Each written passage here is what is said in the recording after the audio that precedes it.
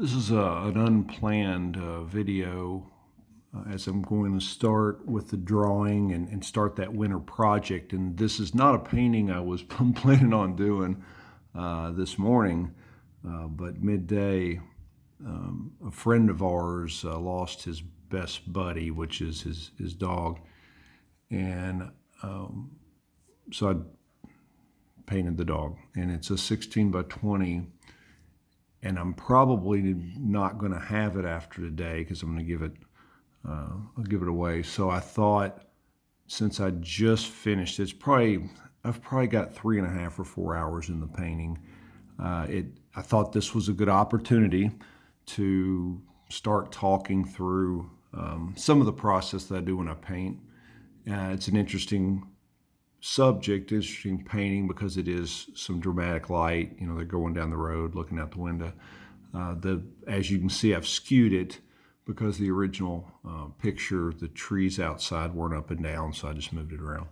So this is my process, and it's interesting. It's as interesting for me to see my process through progressive pictures as someone else, because I'll say it doesn't make much sense, but I'll try to talk through what I think about when I'm painting something like this. So you probably can't see, but I've sketched it out.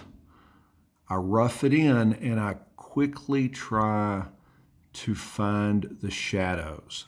This is going to sound weird, not just the darkest areas, but I'd really try to define what's in shadow on the subject and what's in light, and just do a 50-50, right? I'm not trying to find those intricacies in between, because there are some, and there's definitely some in this painting, but I really want to define what values, how light and how dark something is, what values are going to be in the light and what values are going to be in the darks. Because what you don't want, and it's easy to do, especially in a painting like this, a picture like this, and I'll show you what makes it work for me, at least, and what can break it.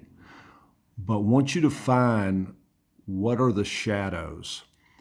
There can be nothing that you put in the shadows that's lighter in value than what's in the lights, because it won't be in the shadows anymore. But it's so easy to do. And in this painting, I've probably pushed that a little bit, because there's some, borderline angles, right?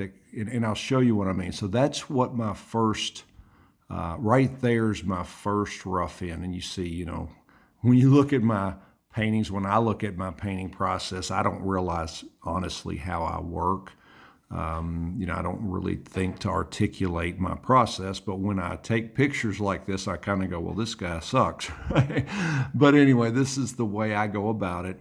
I don't worry about edges. You see how these big blocks are a really hard edge all the way around it. I will work to soften all of that. But the reason I point this picture out is there's an area right here. I don't know if you can see my mouse right here, that as of this moment, I haven't said that's in shadow, but you'll see here in a bit, I go ahead and make that decision. And I think this is important because you'll see what I'm talking about to create the effect of light. Because I'm trying to paint, obviously, this dog, and I don't want it to just look like a dog. I want it to look like Roscoe, this dog. But I need to also, because of the dramatic quality of this picture, I need to capture the effect of light. So now you see that I have made a decision that underneath the top of his lip, if you will, above his lip, this is in shadow. And I want you to think about that. And there's areas down in here that I'm going to put in shadow as well. But even though the color isn't right, you see how crazy some of the color variations, the value is what I'm trying to get, how dark or how light it is. So just popping back and forth. This is probably, at this early stage, I'm going to guess this is 15 minutes. You know, I've just blocked in big areas in a big tree. This is maybe 10 more minutes, 15 more minutes. This is another 15 minutes, something like that. Pretty quickly, I try to get the canvas covered and not spend a whole lot of time on single areas. It's kind of like everything comes into focus at the same time, I guess. And that's the way I paint. There's 50 different ways you can do it. This is just how I do it. Again, I paint in acrylics. I have studied oils almost exclusively for 20 years. The top, I would say, 100 artists, if I went through a list and told you who my favorite 100 artists are, they're oil artists. They're not watercolorists. They're definitely not acrylic artists, which is what I paint in. They paint in oil. So the way I do it is probably different than anybody else. I don't know. But anyway, I just wanted to show you, regardless of what medium you use, even if you're drawing with a pencil, understanding the difference between the lights and the darks, the values is almost as important as the drawing itself. So yeah, there's the next one. You see, I've just roughed in some trees. I don't want to put those in really good, right? I really don't want to make them look fantastic because they're just distant trees and they're kind of going down the road. I even fuzz them out more than this here in a little bit. You notice now this tree to me is too big, it's too close. I'll do more in a bit, but I'm trying to make it smaller so it's a little bit further away. You notice I've got a tinning to the window, just trying to not put a ton of effort into this. I'm not going to spend an hour trying to make this look perfect. It'll work. Your brain will figure all this out once you start working on the main subject. So again, you see I'm pushing it, not much difference there, just pushing the darks a little bit more. It's getting close.